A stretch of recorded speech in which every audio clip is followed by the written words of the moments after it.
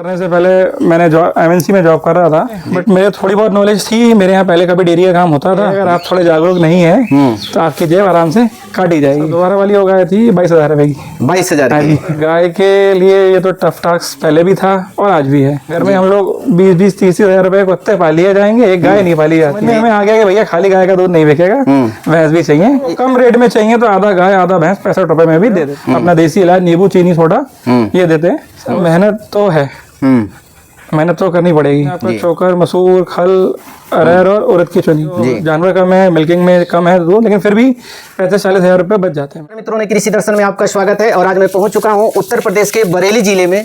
और सर जो है मल्टीनेशनल कंपनी में जॉब भी कर चुके हैं, और जॉब करने के बाद जो है कुछ रीजन हुआ कि जॉब छोड़ करके और डेयरी सेक्टर में आए, और मात्र जो है 3500 रुपये की गाय खरीद करके ये डेयरी फार्म की शुरुआत की है।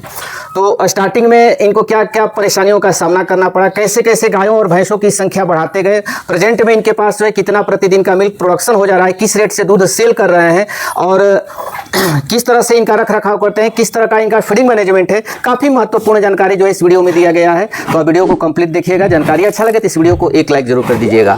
और अभी तक आप हमारे चैनल को सब्सक्राइब नहीं किए हैं तो प्लीज़ इस चैनल को सब्सक्राइब कर लें, ताकि इस तरह की छोटी से छोटी जानकारी आपको इस चैनल पर मिलती है। नमस्कार सर, सबसे पहले आपका हमारे चैनल पर स्वागत है। सबसे पहले आप अपना एक छोटा सा परिचय दे दीजिए। नमस्कार, मेरा नाम सिद्धार्थ शर्मा, मैं बरेली डिफेंस कैंपस का रहने वाला हूँ जी।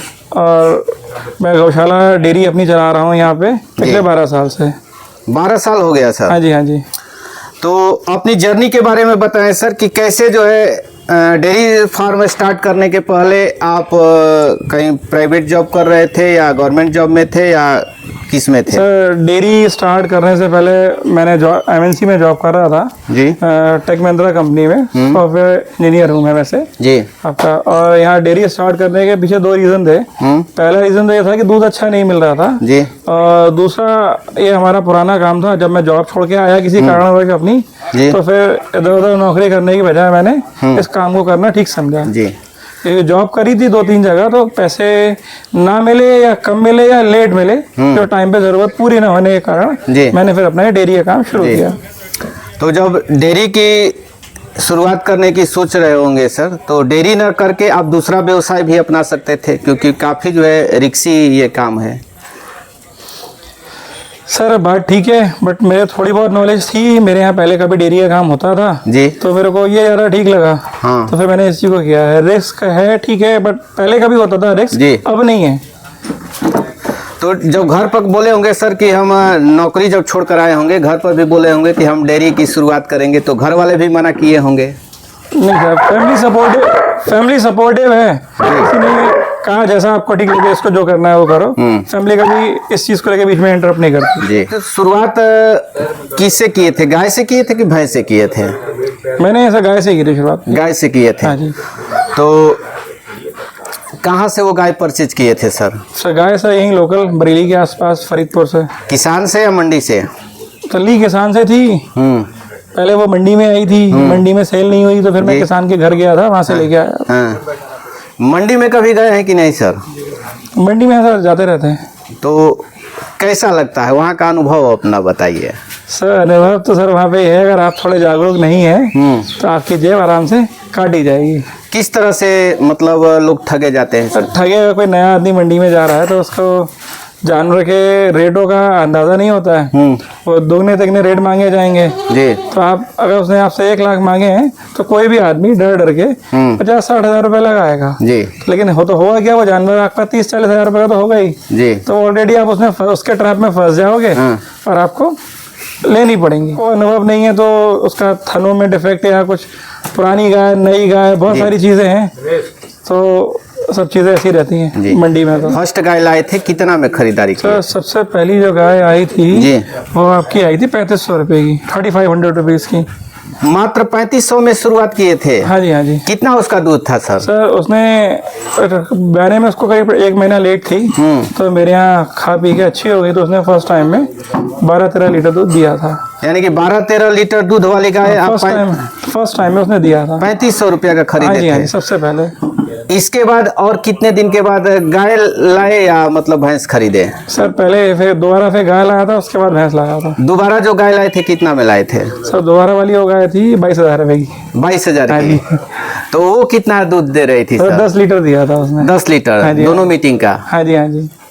तो वो भी मंडी से लिए थे या किसानों के? वो भी किसान के घर से ही, किसान के यहाँ से ही लिए थे। अब ये तो गाय हो गई सर।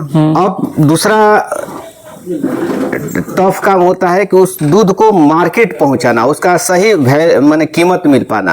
वो तो टफ शुरुआत में कैसे सामना किया? गाय के लिए ये तो टफ टास्क पहले भी था और आज भी है जी। हम लोग बात करते हैं लोग की गौ सेवा, घर में पहली रोटी गाय की निकलनी चाहिए जी।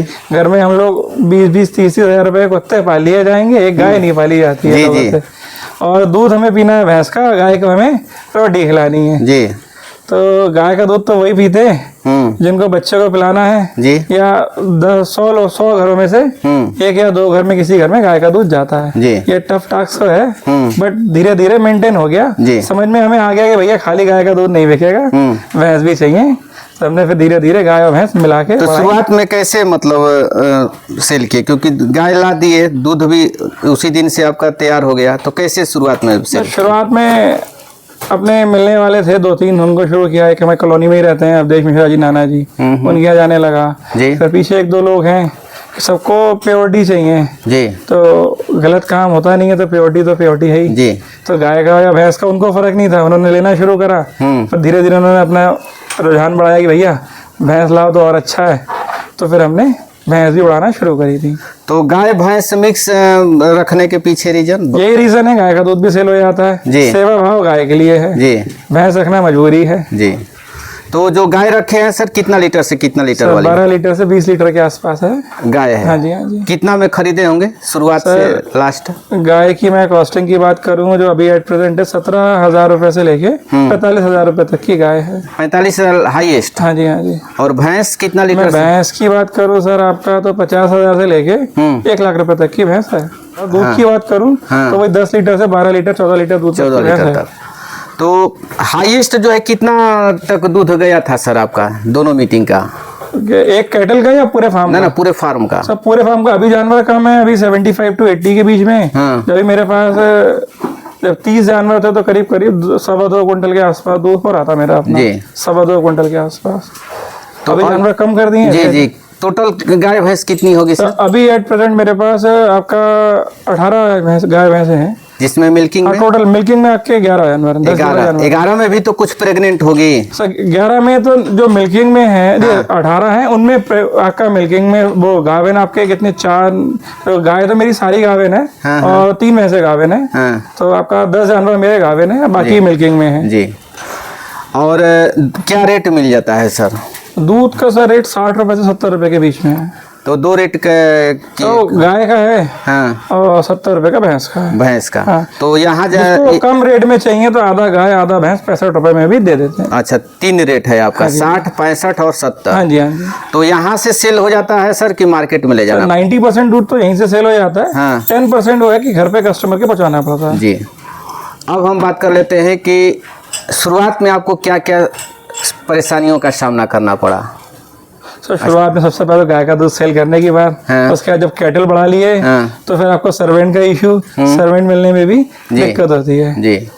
तो बाकी तो सर चीज़ें ठीक हैं, बाकी अपने अपने समझ के ऊपर है कि आपने कैसे कैटल खरीदें जी, क्या आप खिला रहे हो उस पर डिपेंड करता है। तो सबसे ज्यादा समस्या किस मौसम में आता है सर? बरसात के मौसम में आता है। उसमें क्या सावधानी बरतना चाहिए? बरसात के मौसम में है कि जानवरों को साफ सूखे में बैठा लो और थनैला की बीमारी बरसात के मौसम में ज़्यादा होती है और जानवर का ज़्यादा भीग जाए या कुछ हो तो उसे बुखार वगैरह फीवर वगैरह डर रहता है। तो जो थनैला होता है सर उसका घरेलू ट्रीटमेंट करते हैं या डायरेक्ट डॉक्टर को बुलाते हैं? सर फर्स्ट टाइम अगर पहले टाइम में कोई दिक्कत आती है, मतलब शाम को दिक्कत आई, सबसे पहले हम अपना देसी इलाज नींबू चीनी सोडा ये देते हैं और उससे कोई इफेक्ट नहीं हुआ तो मॉर्निंग में डॉक्टर को बुला के या खुद अपने आप इंजेक्शन ला के लगा देते हैं जी।